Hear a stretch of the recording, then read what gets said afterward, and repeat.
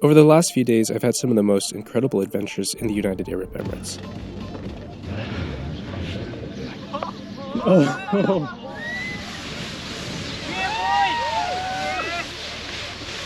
Before flying back home to San Francisco, though, I have a 17-hour layover in a city that I admittedly know very little about. Alright, I finally made it to Turkey, Istanbul Airport. Kind of want to get some breakfast. It's only like 6 a.m. here, so nothing's really open. Sun hasn't even come up yet. It's still dark outside. And I have no idea how anything works over here. I think I'm just gonna try and call a taxi. There's a bunch of taxis here. I can't figure out the Uber for some reason. It takes roughly 45 minutes to get from airport to downtown Istanbul. I was admittedly somewhat terrified during the taxi ride as the driver was hitting speeds of around 100 miles per hour or 160 kilometers per hour. Luckily, with it being only around 6 in the morning, there were few cars on the road. Once the taxi began to drive into Istanbul, I realized this place is quite special, and unlike anywhere I had traveled to before. There was just something special about the unique architecture, the foods and restaurants, and many other small details that just gave off a special vibe. In contrast to Dubai, which I had just come from the day before, this place had a completely different atmosphere, one that felt much more welcoming to me. Alright, this is one of the more interesting places I've ever been to.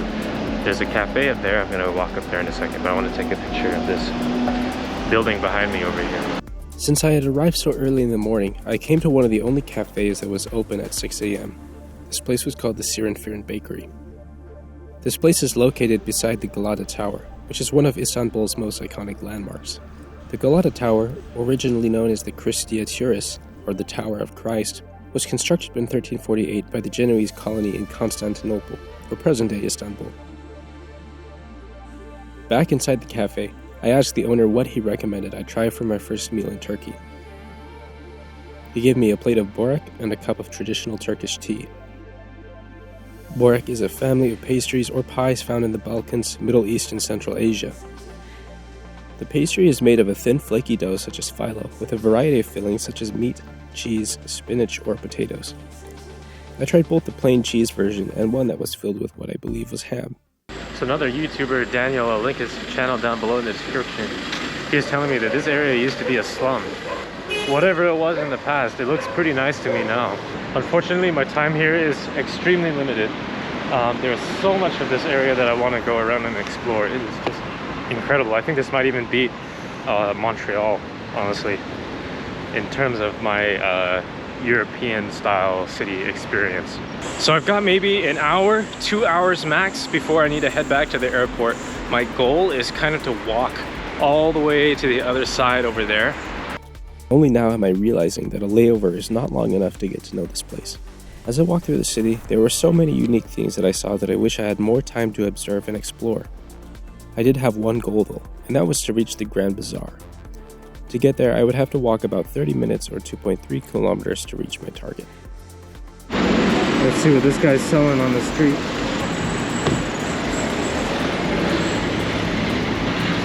Looks like some type of pastry, some type of bread.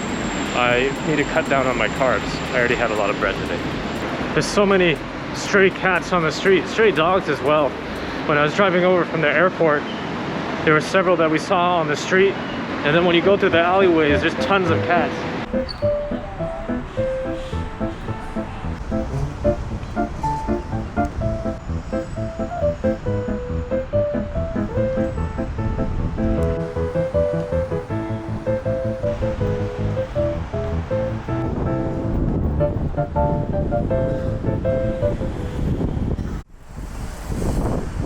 I have to admit, Istanbul's beauty caught me by surprise.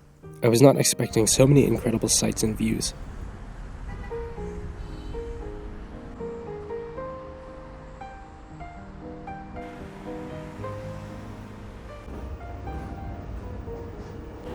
Some of the best views, I'd have to say, were on the Golden Horn Bridge. From here, you get views of both the northern and southern regions of Istanbul.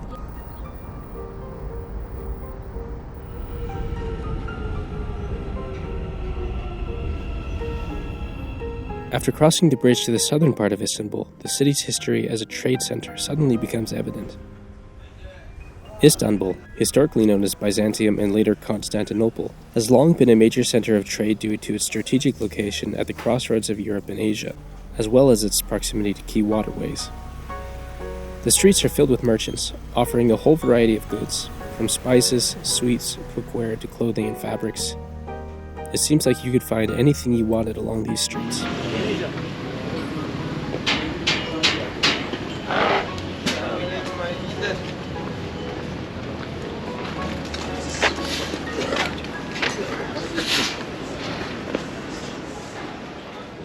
While wandering, I came across the Egyptian Bazaar, which was a different market that I had not previously heard of.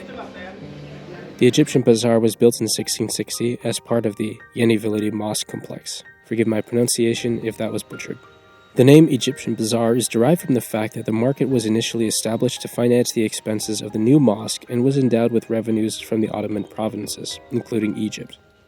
The spices, herbs, and other goods from Egypt, as well as the other parts of the Ottoman Empire, were sold here. The bazaar is particularly famous for its wide variety of spices, herbs, and seasonings. Turkish delights, dried fruits, nuts, and sweets are also popular items. Vendors often engage in the art of haggling, creating a lively and interactive shopping experience. Today, the Egyptian Bazaar continues to be a bustling marketplace where visitors can explore the rich tapestry of Turkish flavors, aromas, and traditions. There's so many interesting looking foods and snacks in here. If I had more time, I would stop and try them. Unfortunately, I only have like 30 minutes and then I have to call a cab, and I'm not even close to where I want to be. It's not even 9 a.m. over here. It's like 8:51 right now, and the streets are already packed with people.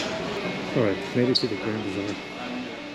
After walking along the streets for another few minutes, I eventually reached the Grand Bazaar. The Grand Bazaar was established in the 15th century, shortly after the Ottoman conquest of Constantinople. It is one of the oldest and largest covered markets in the world, representing centuries of commercial activity and cultural exchange. The Grand Bazaar's architectural design is noteworthy. It consists of over 60 streets, 4,000 shops, and multiple dome structures, creating a labyrinth layout. The architecture reflects a blend of Ottoman and Byzantine styles, and the covered market was expanded and renovated several times over the centuries. The Grand Bazaar has been a meeting point for different cultures and civilizations over the centuries. Traders and merchants from various parts of the world have converged here, creating a cosmopolitan atmosphere. The exchange of goods, ideas, and traditions has enriched the cultural tapestry of the bazaar. In summary, the Grand Bazaar is not just a marketplace. It's a living testament to Istanbul's history as a major trading hub and a symbol of the city's cultural richness and economic vitality.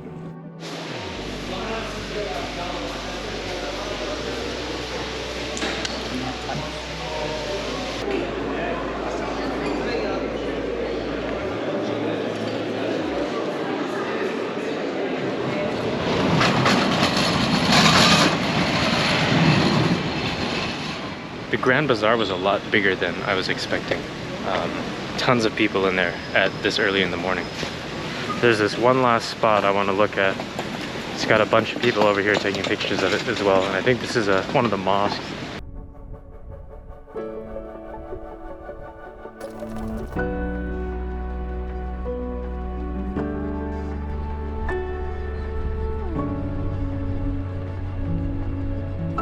Alright guys, I'm super sad I have to wrap up the video here, but I'm gonna miss my flight if I don't head back to the airport right now. So, really hope you enjoyed exploring Turkey with me. I know we didn't see too much. I only had a few hours anyway, so. And with that said, hope you enjoyed the video. Hit the like and subscribe button, and I'll see you in the next one.